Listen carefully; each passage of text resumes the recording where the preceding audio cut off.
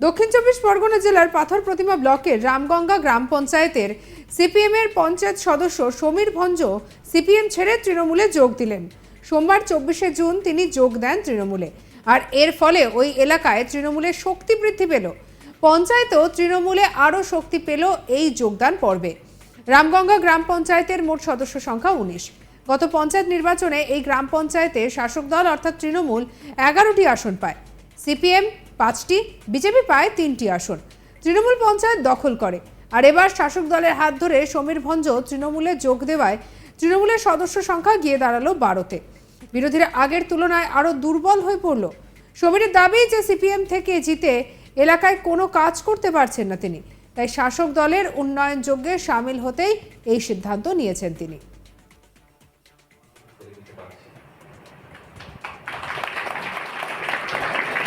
দেখছি নদী এলাকাতে বিভিন্ন পঞ্চায়েতে মাটির রাস্তা।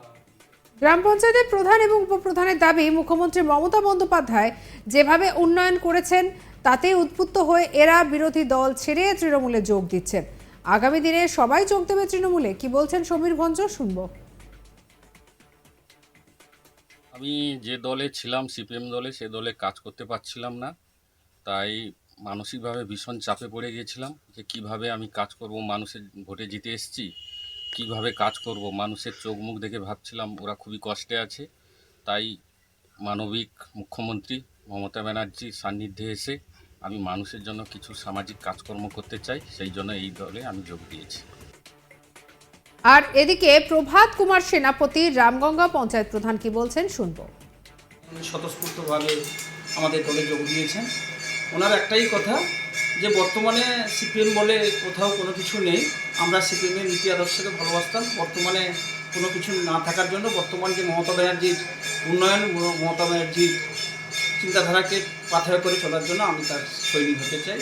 সেই মোতাবেক উনি এসছেন। অনেকেই আছেন, অনেকেই আসার জন্য প্রস্তুত আছেন, কারণ জানেন যে মমতা ব্যানার্জির যে উন্নয়ন, মমতা ব্যানার্জির পাশে থাকলে যেমন নিজেরও উন্নয়ন হবে, সার্বিক উন্নয়নও আমি করতে পারবো, সেই আশা নিয়ে অনেকেই আসার জন্য রেডি হয়ে আছেন।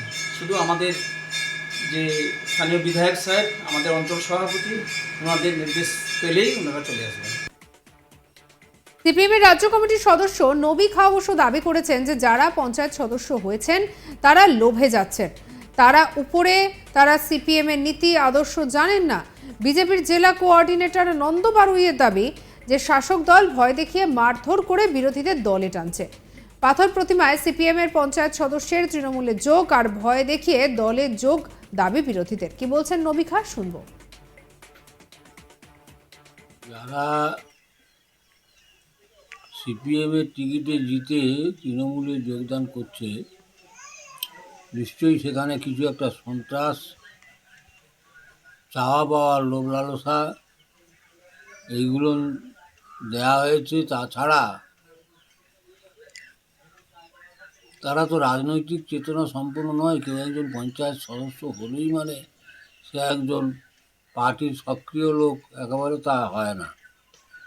পার্টির সক্রিয় লোক হলে পার্টি মেম্বার হতে হবে, এবং তাকেও সে পার্টি মেম্বারও এখন অনেকেই যারা, তারাও রাজনৈতিক সচেতন ব্যক্তি খুব কম আছে।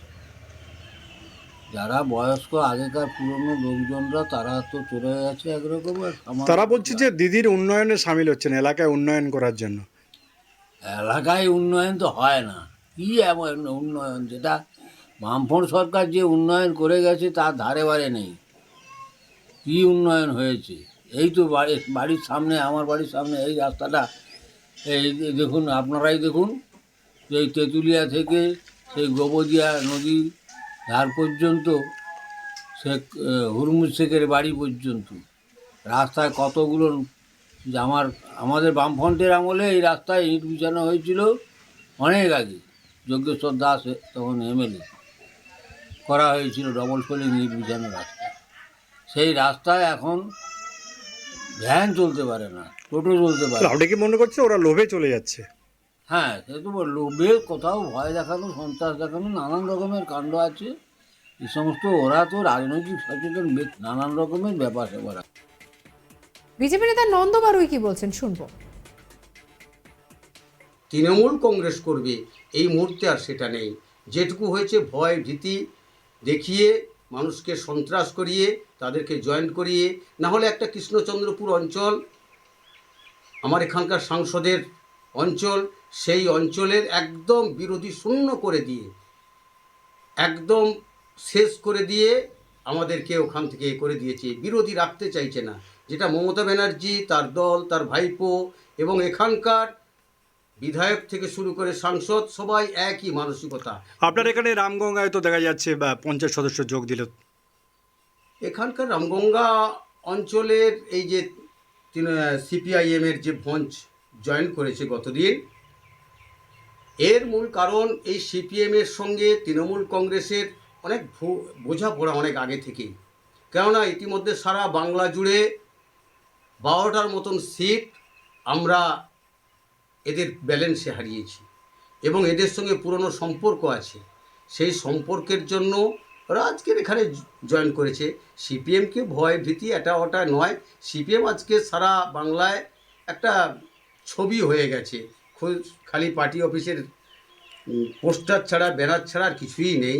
কেননা গত এই যে নির্বাচন হয়ে গেল, এদের না আছে প্রচার, না আছে কিছু। তাদের সিপিআইএমের লোকেরা সমস্ত ভেতরে ভিতরে তৃণমূল কংগ্রেসের সঙ্গে বোঝাপড়া করে তারা ভোটদানে অংশগ্রহণ করেছে। আর এদিকে এই নিয়ে আমাদের কাছে প্রসেনজিৎ সাহার কি রিপোর্ট দেখাবো। লোকসভা নির্বাচনের ফল ঘোষণা হতেই বিরোধী দলগুলিতে ভাঙন অব্যাহত। এবার দক্ষিণ 24 পরগনার পাথর প্রতিমা ব্লকের অন্তর্গত রামগঙ্গা গ্রাম পঞ্চায়েতে ভাঙন দেখা গেল। রামগঙ্গা গ্রাম পঞ্চায়েতের এক সিপিএম সদস্য তিনি সিপিএম ছেড়ে তৃণমূলে যোগ দিলেন। সমীর ভঞ্জ নামে ওই সিপিএম সদস্য, তার যেমনটা দাবি যে তিনি উন্নয়নের জোয়ারে সামিল হতেই সিপিএম ছেড়ে তৃণমূলে যোগ দিয়েছেন। সিপিএমে থেকে কিছুই করতে পারছিলেন না। এলাকায় রাস্তাঘাট থেকে শুরু করে অন্যান্য যে সমস্ত উন্নয়নের কাজ হচ্ছে সেই উন্নয়ন যোগে সামিল হতে পারছিলেন না তিনি। আর সেই কারণেই সিপিএম ছেড়ে তিনি যোগ দিয়েছেন তৃণমূলে। তৃণমূলের উন্নয়নে সামিল হতেই একের পর এক বিরোধী দল থেকে মানুষজন তারা তৃণমূলে যোগ দিচ্ছেন বা দেবেন আগামী দিনে, এমনটাই দাবি এলাকার তৃণমূল নেতৃত্বের। অন্যদিকে এই ঘটনাকে কেন্দ্র করে সিপিএম নেতৃত্বের দাবি, লোভের জেরে কার্যত এই সমস্ত সদস্যদের কর্মীরা তারা সিপিএম ছেড়ে তৃণমূলে যোগ দিচ্ছে। যদিও বিজেপির যারা নেতৃত্বরা রয়েছেন তারা দাবি করছেন শাসক দলের সন্ত্রাস, শাসক দলের অত্যাচারের কার্যত ভীত সন্ত্রস্ত হয়ে কিছু মানুষ, কিছু দলের কর্মী সমর্থকরা তারা বাধ্য হচ্ছেন শাসক দলের সাথে হাত মেলাতে। সাবস্ক্রাইব করতে ভুলবেন না আজ তাক বাংলাকে।